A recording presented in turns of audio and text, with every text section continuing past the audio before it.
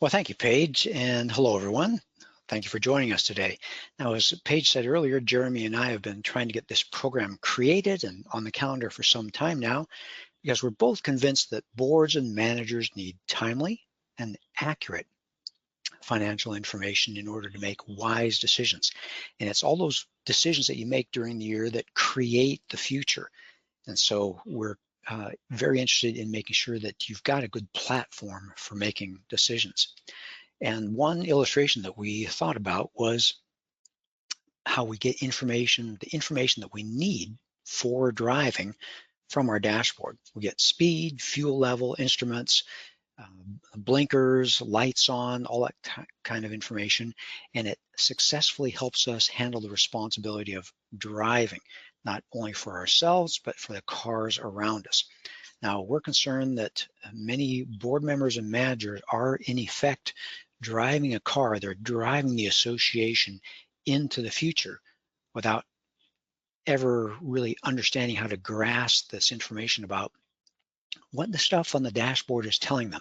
Now, I heard from the poll that a large number of you regularly reference your monthly financial reports. We want to make sure that this is exactly what's going on, that you're using your dashboard effectively. So that's what we're going to try to accomplish today. Now, the reason that we care, and the reason for this program, is that we're talking about other people's money. Now, if you don't care how much money you have or how fast you're driving out in the middle of an empty desert, that's your problem.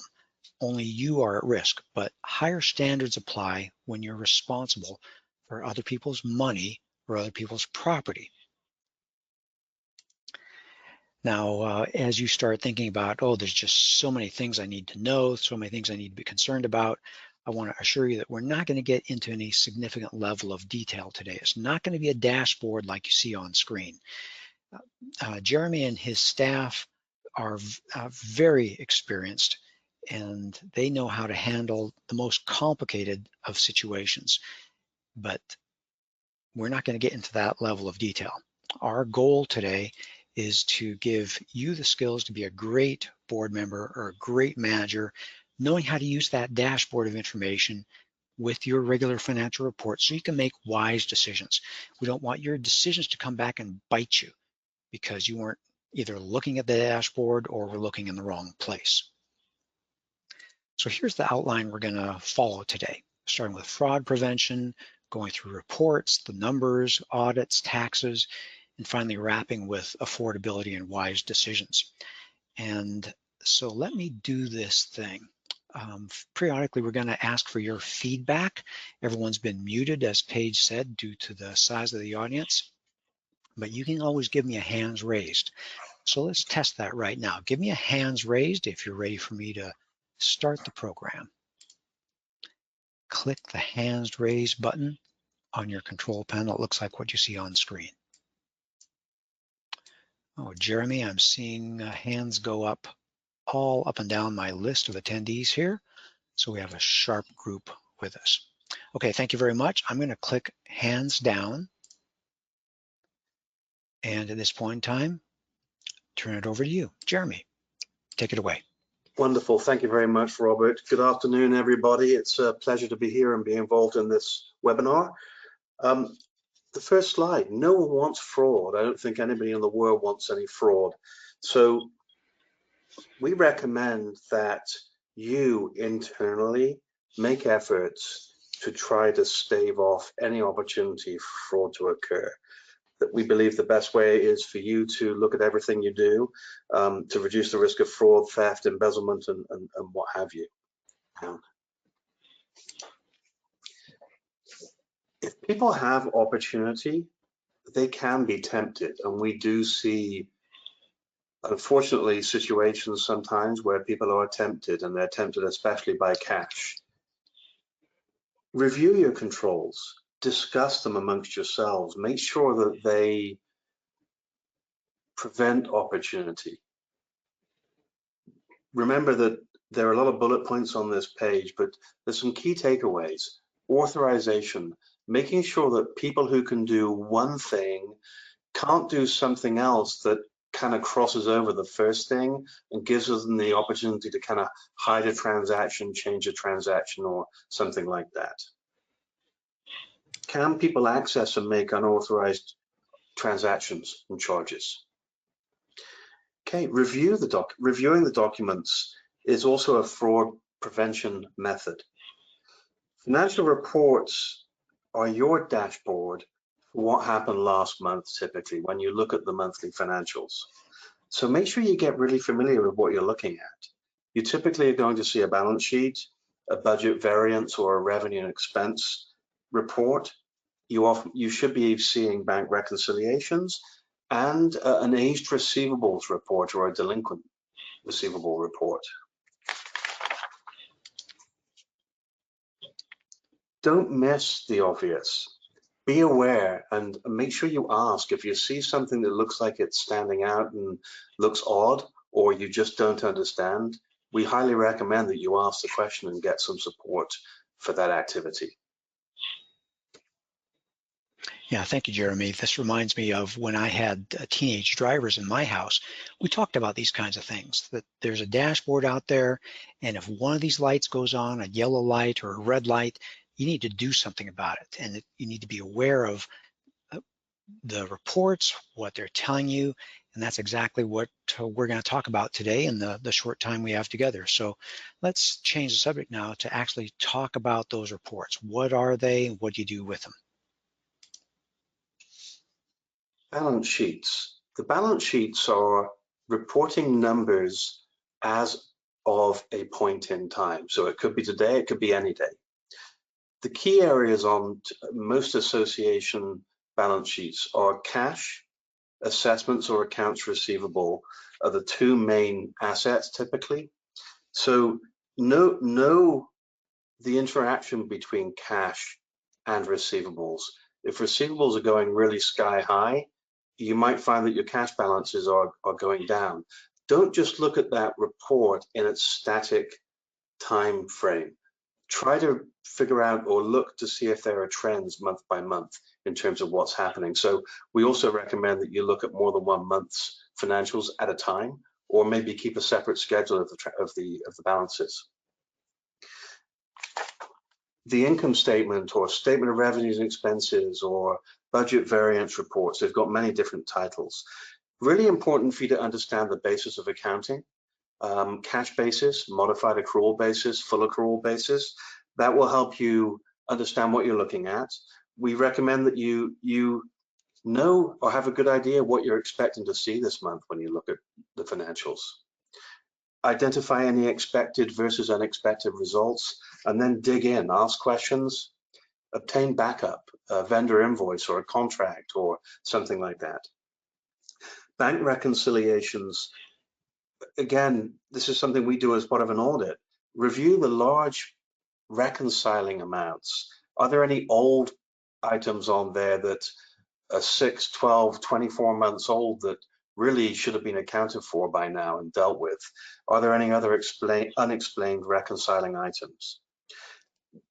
Treat these bank accounts as if they're your own, in terms of if you are a person who reconciles your own checking account, look at it the same way.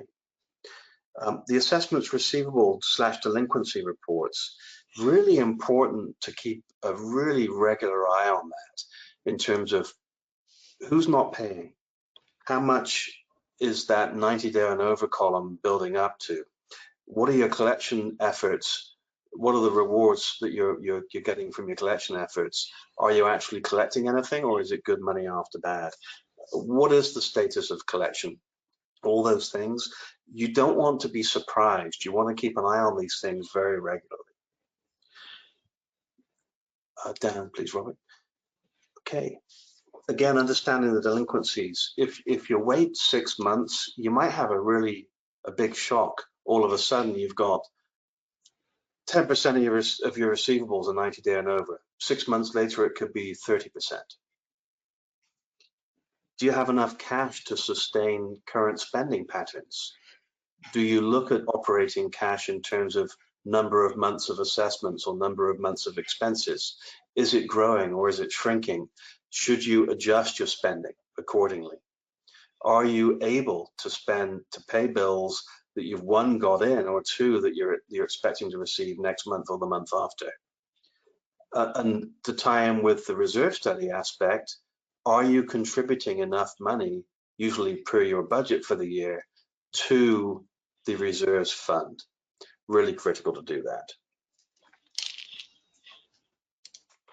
Well, I want to spend just a couple moments talking to our audience here. As Jeremy and I were trying to figure out how best to communicate this, we really like going with this whole dashboard and driving idea, and showing those of you who are unfamiliar how your familiar dashboard in your car is very similar to how you're managing and literally driving the association forward. The balance sheet is kind of like the fuel gauge. How are we doing on our cash? Do we have it? And then the bank reconciliation helps with that. And of course, the income and expense, or the income to budget, that's kind of like the speedometer. Are we on track? Then we also need to be looking at the road ahead, keeping our eyes up there to know what's going on. As Jeremy said, do we need to be adjusting? Or is this a time where we need to speed up a little bit and catch up? Or is this a time when maybe because our delinquencies are rising, we need to slow down our spending and be a little careful?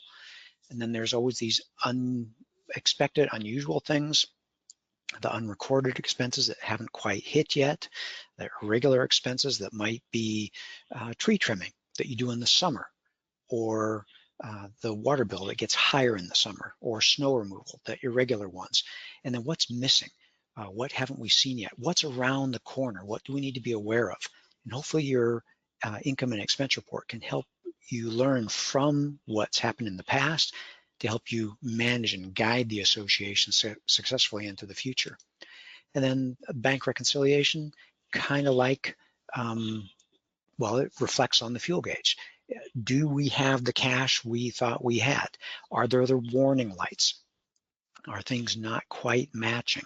So what's the accuracy of your instruments? Do we have what we think we have? Or maybe that might be actually the GPS. Are we where we think we are? And then the delinquencies are kind of like the mirrors, looking around. How are we doing? How are our owners doing? And then are they keeping up with us? Are we in the middle of traffic, or are we, like on this picture, kind of all on our own out on a wide open road? And maybe this is an opportunity you can speed up. You know, all these adjusting and how the reports work together. We wanted to make sure that our audience was seeing kind of this big picture about how these reports are kind of like instruments, and they help you manage going into the future. Can I get a hands raised at this time to see if you're keeping track on how these reports work together and help you as you're driving the association into the future? Thank you. Okay, very good.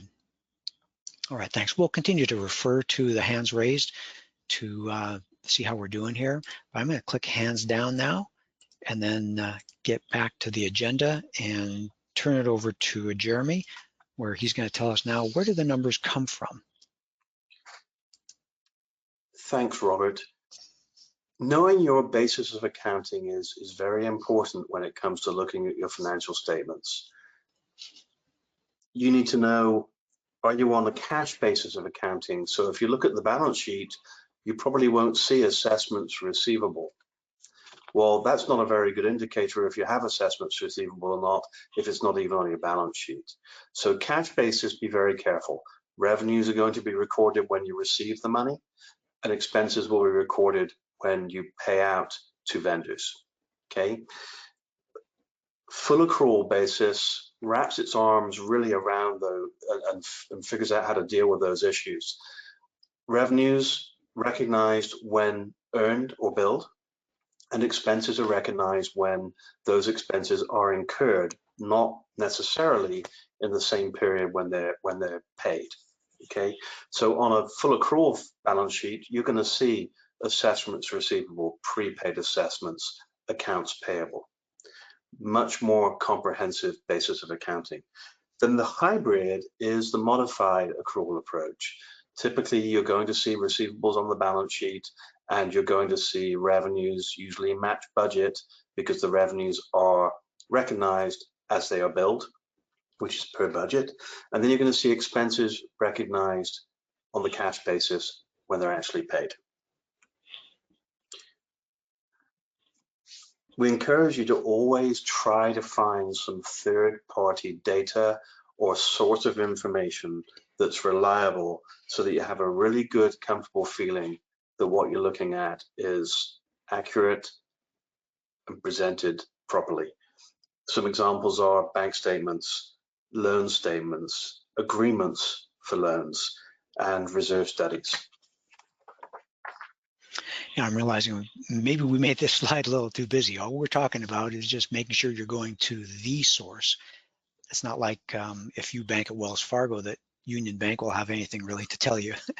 But yeah, getting confirmed information. We want to have a situation where you're making informed decisions. And that takes us to the next subject, which is audits. Jeremy, talk about audits for a few minutes.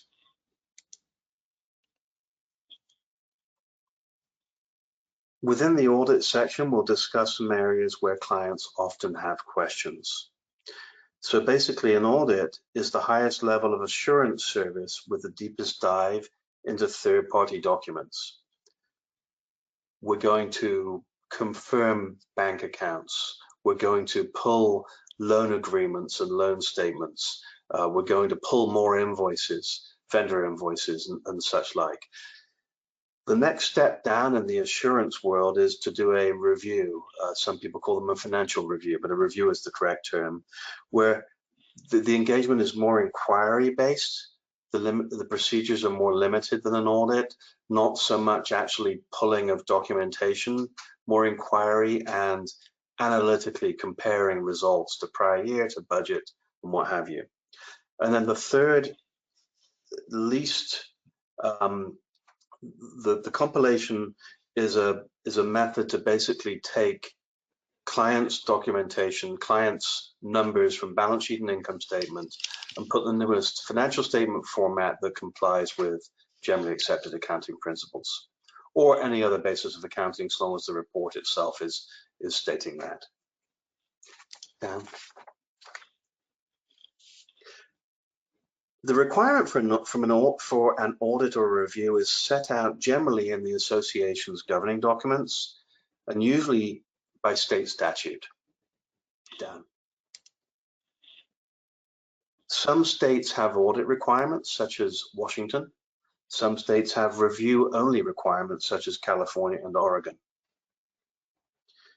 If the governing documents require a higher level of assurance service, that would generally trump the state requirements. So if your governing documents require an audit, but the state only requires a review, then you should be doing an audit.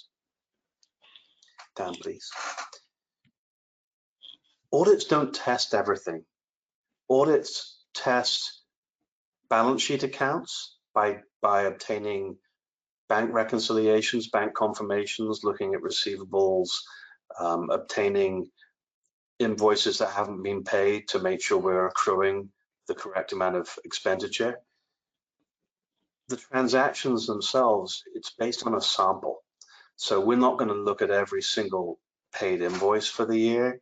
We do it based on looking at the expenses, taking a risk assessment approach to the higher risk areas and applying more procedures to those and fewer procedures to lower risk areas. The overall goal of an audit is to basically provide an opinion, an unqualified opinion, stating whether the financial statements fairly present the association's results for a period of time, results in financial position.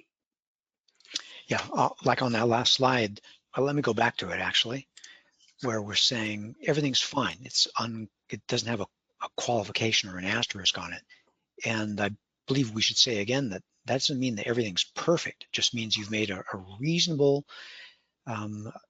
good sampling, responsible inquiries. You haven't demonstrated or proven that everything is perfect, but it's just, what would you say, very reliable? That sounds appropriate, yes. Yeah, okay, good. Okay, audit adjustments. I do get calls or emails from managers and board members sometimes saying, why don't our monthly financials for December equal the same numbers you're showing on the audit?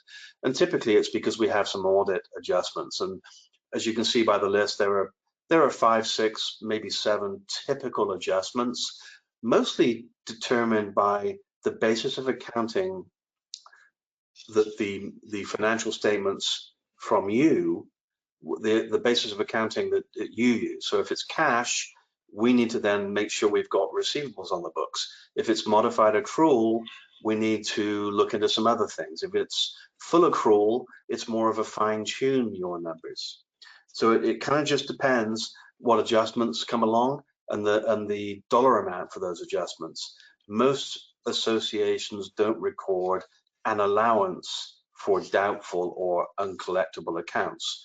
That's part of our job at the end of the audit, is to say, okay, if we look at the aged receivable list, do we feel like there's a dollar amount that we can state in the report indicates there's some doubt regarding collectability? And if there is, we should adjust the financial statements to show that. We don't want to have an overstated receivable balance. Down, please. What are our typical findings? Well, we have findings all over the place, but these are more kind of internal control types of findings, process findings. Again, there's 6 or 7 bullet points on here that I know you can all read. Basically, documentation is a big issue. Board meeting minutes that don't document authorization for transfers of money from one fund to the other, review of certain activity during the year or during the month, like move in, move out fees. Some tower condominiums have a lot of that and adds up to a lot of money. Or clubhouse rentals. What else?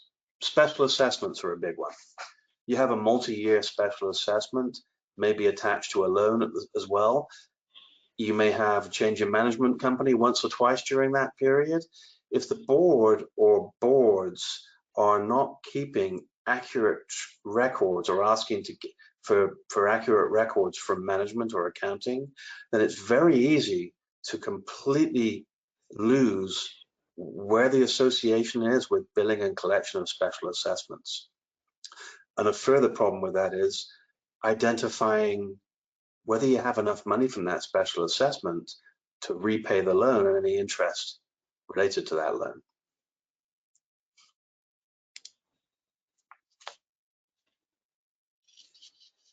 Things that affect the cost of an audit. The biggest thing really is inadequate record keeping, poor record keeping, no records available from a previous management company during a transition period, big ticket items with poor support, bank accounts where on the balance sheet where bank statements aren't available, special assessments, as I just mentioned, kind of inaccurate, incomplete records. Litigation's a big one. If there's indicators of litigation, actually finding out more about it so that in the financial statements we can disclose in a footnote some fairly good information about what's going on and what the likelihood, if we can determine it, if there's any likelihood of financial loss for the association. Dan, please, Robert.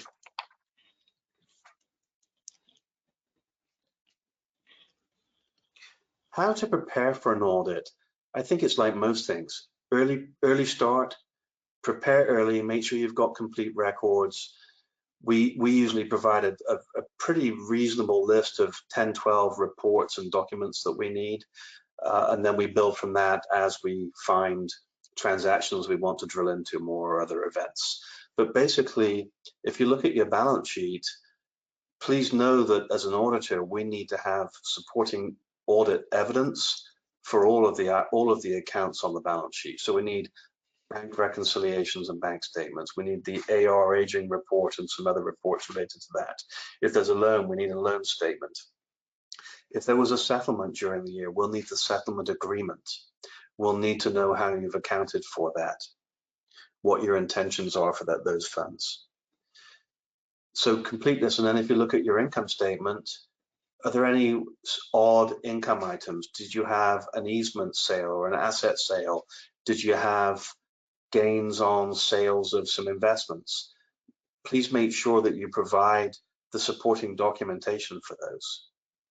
That saves back and forths and people getting frustrated saying, you know, we've already sent that to you, but it wasn't quite what was needed and what have you. So again, it kind of falls under that umbrella of knowing what your monthly financials look like. And really, we encourage you as board members and managers to be looking for that information as well, so you can feel comfortable what the financials look like is fully supported by good documentation. Dan, please. Okay, minimize the cost. So the other part of that is if you're not very well prepared and the information is incomplete and the previous management company won't give the new management company documents from their period, makes it really difficult to maintain a reasonable cost on the audit. So those kind of things can drive an audit up. When we're asked for a proposal, we usually ask questions like that to try and assess, you know, what is going on or what has gone on during the year that's going to take us longer. And therefore, you know, inevitably we need to probably charge a little bit more than if everything were all in place. Yeah, Jeremy, I'm taking notes here, and what I'm noting is it's records and complications. When I think of changing a management company, having a multi-year special assessment, getting a loan, and then maybe some litigation going on, boy, that's the kind of thing that seems like it would just really drive up your hours and make a oh, and yeah, the record keeping. Did the treasurer go away? Did their computer crash? Who paid how much of what special assessment? Those are good challenges. They are good challenges, and it really, I think, goes to show that keeping on top of the record keeping continuously is the way to go. Yeah. Well, let me turn the corner here. Well, that was the meat of the presentation. When I think of audits, I think I'm like most people, I think of an audit as a bad thing. But when you launch an audit at your association, it's because it's part of what you do to, can I use the right words here, to demonstrate to the members that there's no funny business going on. You have transparency, and it gives them confidence that you're running the association in a fiscally responsible manner. Is that fair to say? Absolutely, Robert. I think we often get questions like that from board members. Absolutely. Yeah, why do I do this? It's almost like building standards. Building standards may seem like a hassle, but they're exactly what you rely on when it's windy out there or when you have an earthquake. It's what keeps your roof from collapsing. Well, let's turn the corner to go to taxes. So Jeremy, let's jump into that subject. Great, thank you. Okay, so even though many people believe that associations are non-profits and should not file or pay taxes and tax returns, they are required to file tax returns annually.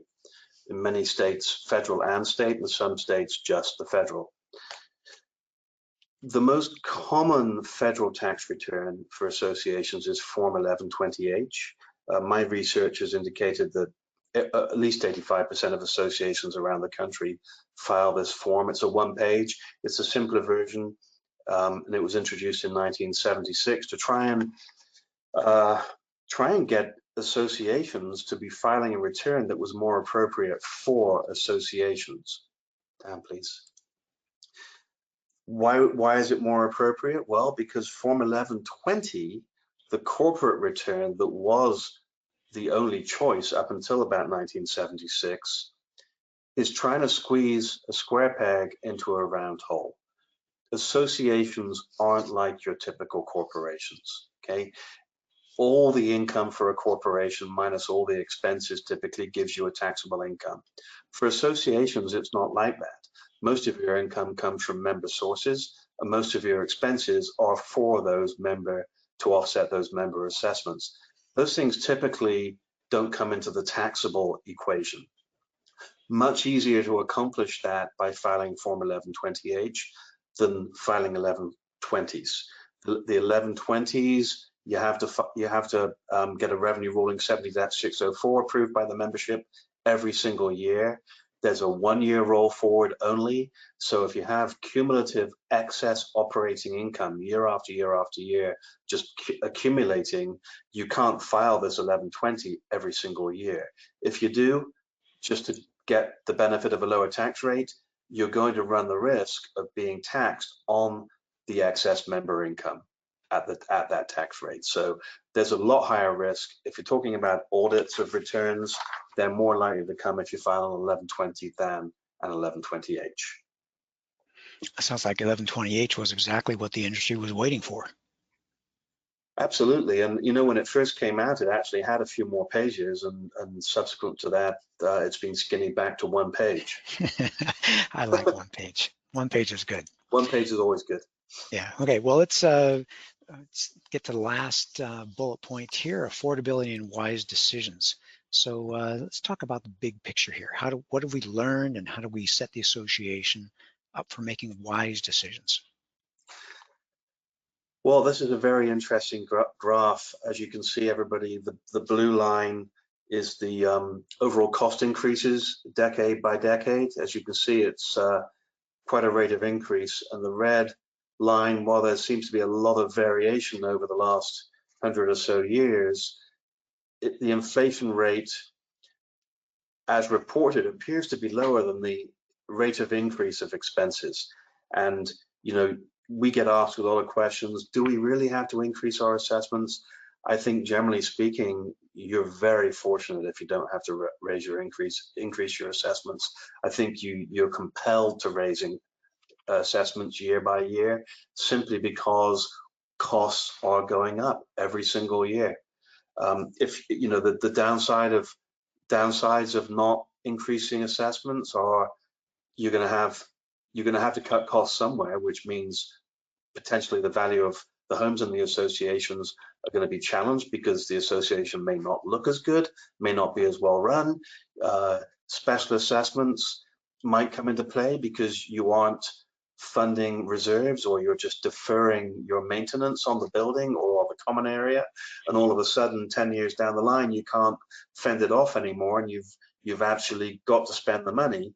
And the cost of that special assessment, the combination of the worst condition of the building or the buildings and the cost of a special assessment and potentially a loan, I think far outweighs the cost of raising assessments year by year and actually paying for those expenses more timely. There's no magic to this. People don't like their assessments being increased, but without that increase, we see it many, many, many times. You're just kicking the problem down the road, and further down the road, it costs a lot more. Yeah, there is no magic genie. And we see that with our clients because we're always talking about being prepared for the future. And it's hard when they are not, the boards are not recognizing honestly what's going on in the present. And what we see and we encourage our clients to do is to see reserve contributions as just paying the deterioration bill. It's a very real thing that goes on. And when you're paying that deterioration bill, you minimize expenses. You actually reduce your expenses because you're eliminating that expensive deferred maintenance.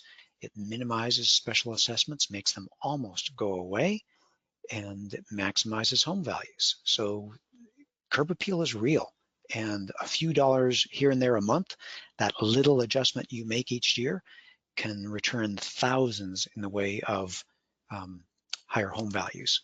So don't miss the obvious. Those expenses are inevitable. The roof is going to fail. No matter how much you might wish it's not going to happen, those are very real expenses. So don't forget your reserve contributions. They're a significant portion of your budget. Overall budget, everything gets more expensive. The roofing gets more expensive. Asphalt gets more expensive. Management gets more expensive. Tree trimming gets more expensive. Reserves tend to be about 25% of the typical association's budget, often in the range 15 to 40%. So it's a big chunk. So you want to be making sure that you're addressing it and not ignoring it.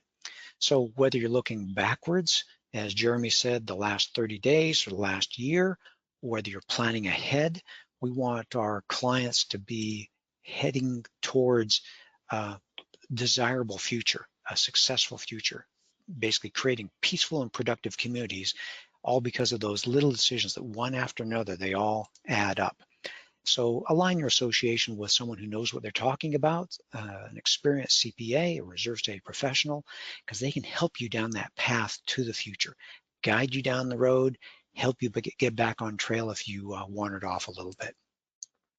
And so we have additional resources here at Association Reserves. You can go to our website at reservestudy.com. More documents, more videos, more recorded webinars, and there's an opportunity to click on a link to get a proposal if you'd like to have us on your team at your association. And the same for Jeremy and his firm, Newman Associates. HOACPA.com, their goal is to make your life easier. Know your numbers, know what you're doing so you can head down the middle of the path and not get stuck in the brambles along the side. Well, this is a webinar for today. Next one on the calendar is for Wednesday, March 17th.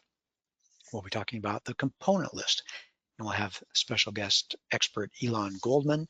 And so if you're concerned or curious about what's on the reserve component list and why, join us March 17th, and you can sign up next week at reservestudy.com. And that brings us to the end of today's curriculum. And let me turn it over to Paige, who will handle our Q&A time. Paige.